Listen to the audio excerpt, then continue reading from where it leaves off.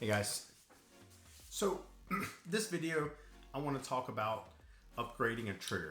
So I've had a few people ask me, is it difficult? Is it hard? How do you go about doing it? So I figured the easiest way to do it is just make a video about it.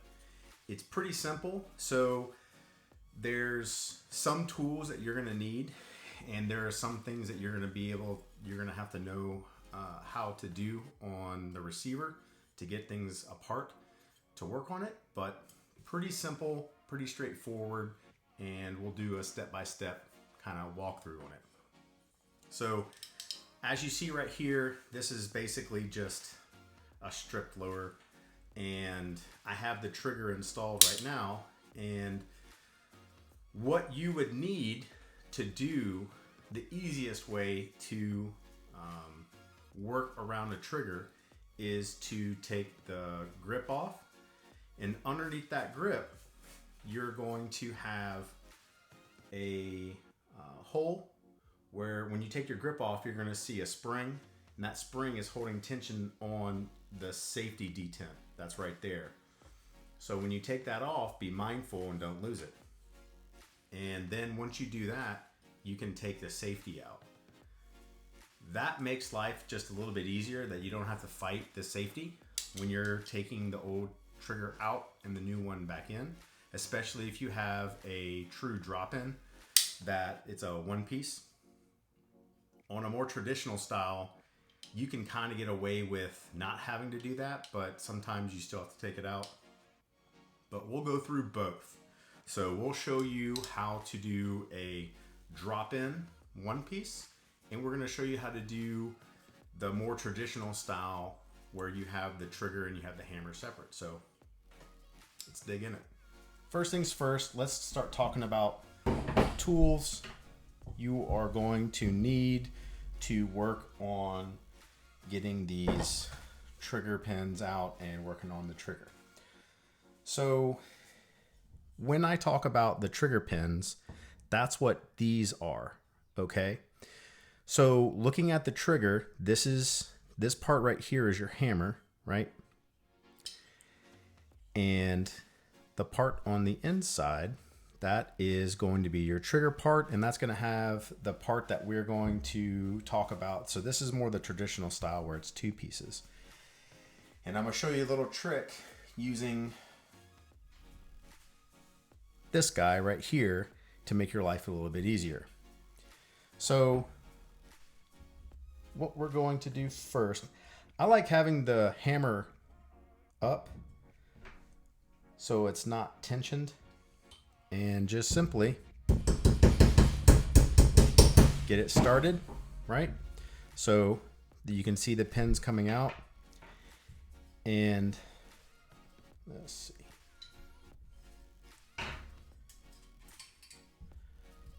Just push through. Now right here, sometimes it helps to, yeah, there we go. So we're just gonna push through. All right. So now we have one pin out. What's nice about some of these blocks is that they're magnetic. So it holds it. So you don't have to wonder where it goes. So now we can press the trigger, and this part right here, this is the hammer. This is the spring. Another thing that you can do is just take the pin and put it back in the tool right there, or the hammer, so you know you don't lose it. Now the other portion that we're going to work on right now is going to be the trigger part. Same thing. You don't always need a hammer. Sometimes you do.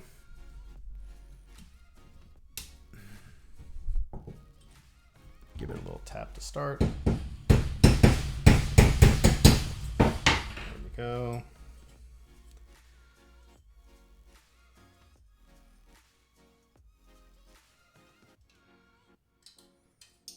All right, so there's the other pin. Now the trigger is going to come out.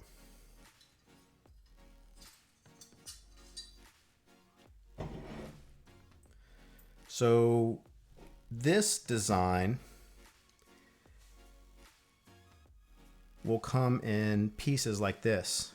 Okay, so this is your disconnector, this is your trigger, and you can see that there is a spring right here, and that pushes up on your disconnector right here, right?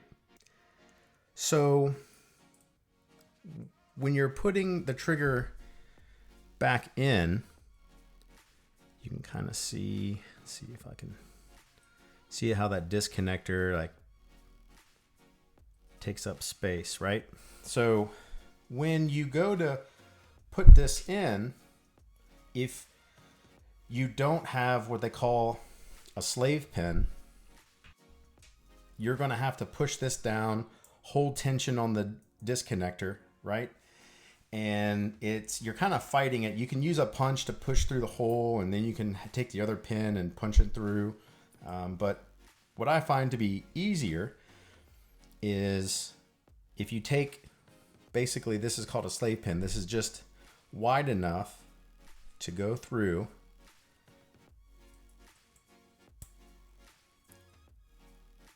So you can see it just clears enough to set the trigger down in, okay? And the legs on your trigger spring are going to lay flat up like this, okay? So when you put your trigger in, the tension is actually going to press down like this. And that slave pin makes your life a lot easier when you go to just drop it in. So now the only thing that you have to do, you can kind of see that slave pin in there right there. So the only thing you have to do now is take your actual trigger pin. When you have this lined up,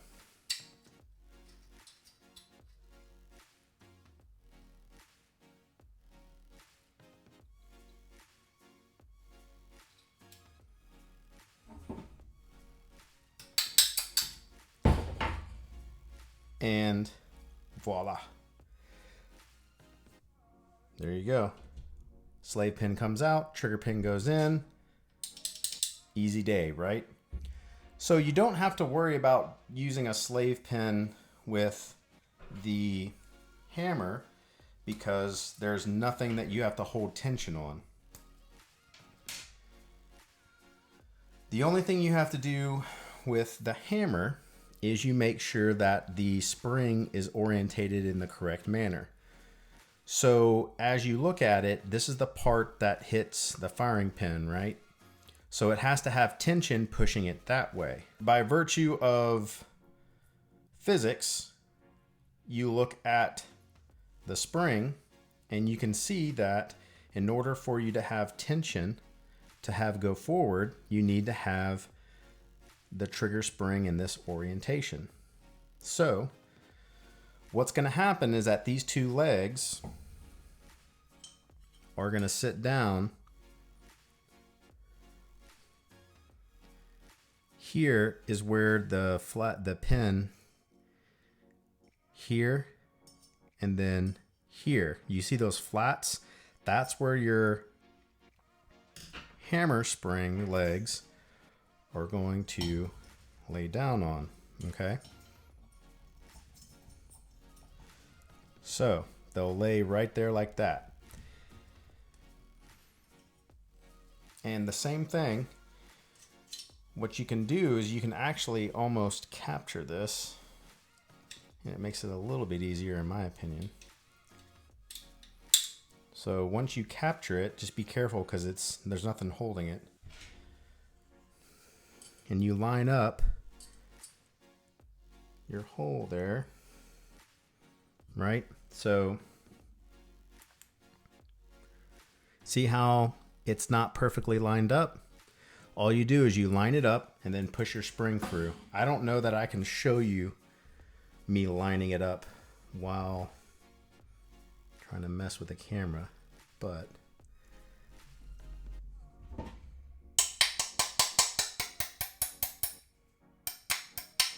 there we go. That's it. Now, here's something that you never want to do. You never want to dry fire your trigger when it's unassembled. That hammer will hit on your receiver, or it'll actually hit when you have it installed your bolt catch, and it actually can damage it. So always just kind of have your finger here just to catch it. And there you go. Now, that's not everything with this one. So when you have these two, this more traditional style, what you want to do is you want to put a little bit of lubricant on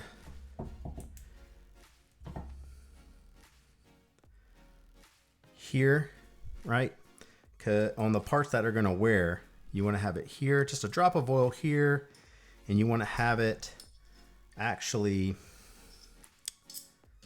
see if I can zoom in here and show you.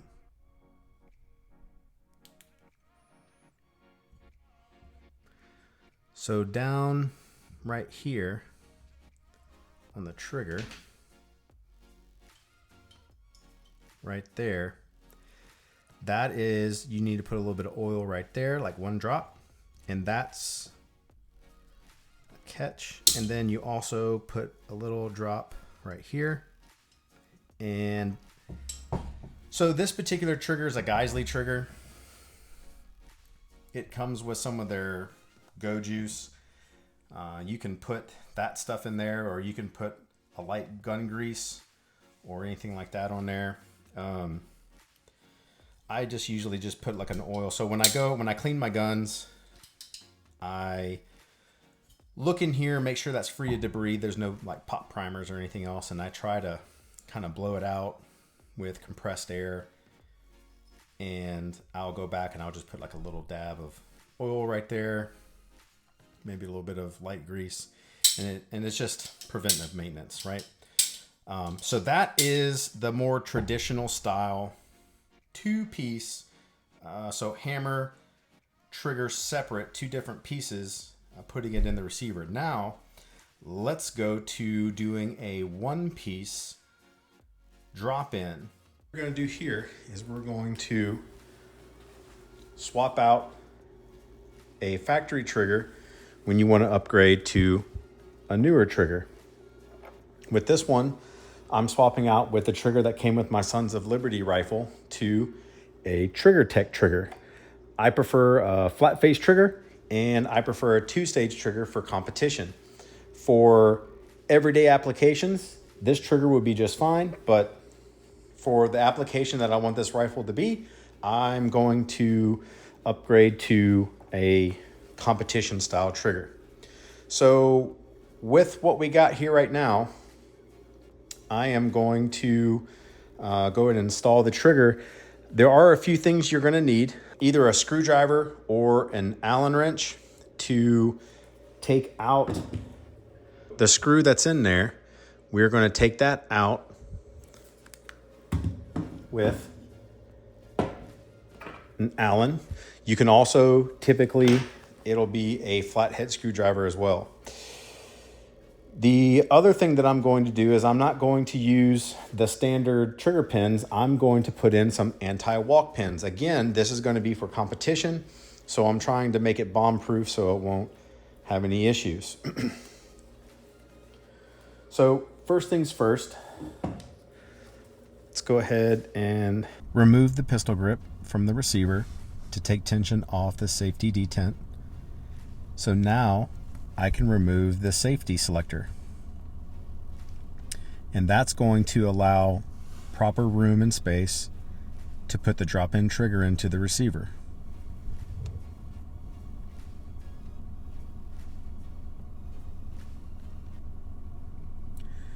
Now,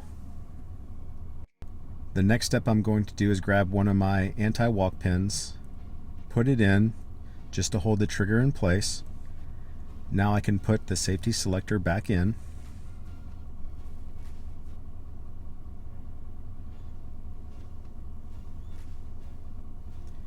Now I'm going to reattach my grip, adding tension to the safety selector again. And now I'm going to function check the safety to make sure it's working, which it is. Now I'm going to add my second anti-walk pin.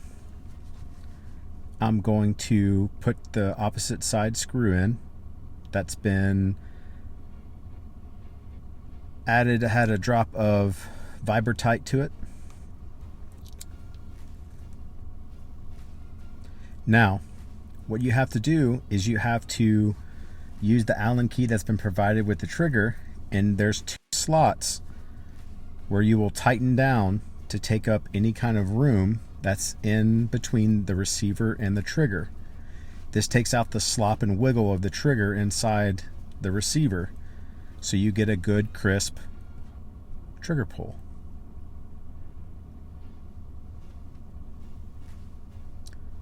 Now I'm checking for any play, any kind of wobble that's not supposed to be there, feeling the first stage and second stage. Looks good. And that's it. Super simple. Anyone can do it as long as you have just some basic simple tools. So you can even use just a regular block of wood instead of having to, you don't need some fancy block. I've gotten a lot of miles out of using these little gunsmith blocks. They're not terribly expensive, so I mean, threshold to get into it's not much. But if you just want to use a block of wood, 100% can. So if you have some scrap wood, light ball peen hammer, something. This is an 8-ounce hammer. That's more than enough.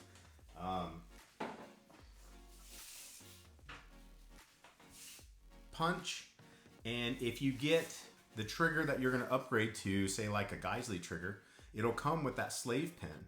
So that's a benefit to you.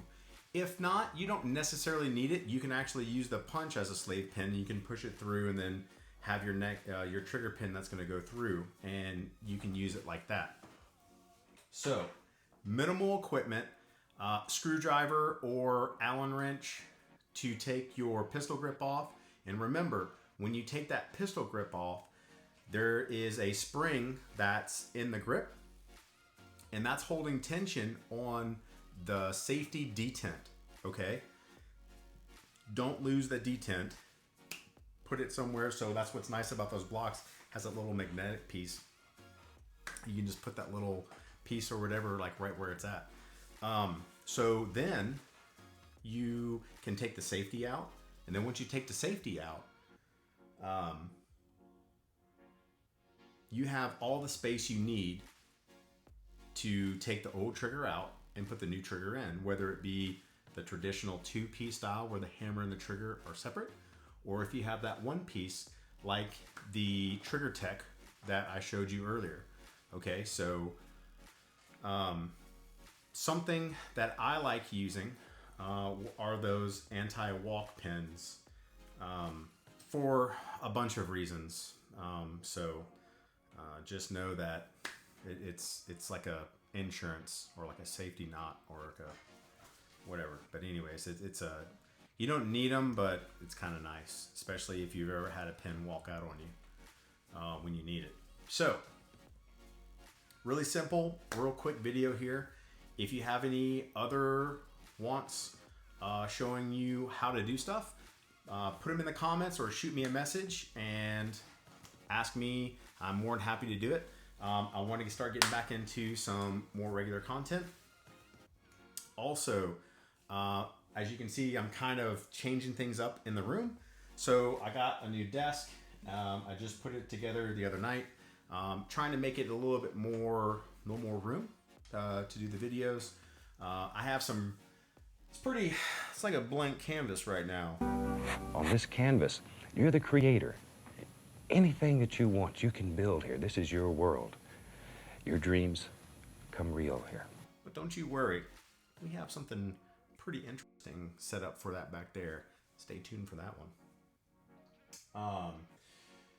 And also, speaking of things coming up, we have a really exciting reloading series coming up. So if you've ever thought about reloading, if you've ever been curious about it, whether just to learn how to do it, or like me, you got into it to save money, or you're getting into it because you can't find it, like you've just gotten through these last couple of years, it's a good tool to understand. It's a good piece of knowledge. I'm really excited to get into that. Really happy. So that's it. So until next time, thanks for watching. Hit the like button, subscribe, tell your friends, and yeah, I should probably come up with like some catchy sign-off phrase. If you have any ideas what a good like sign off, like throw them in the comments. That'd be interesting to kind of hear what people think. So but anyway, so thanks for watching, and we'll see you next time.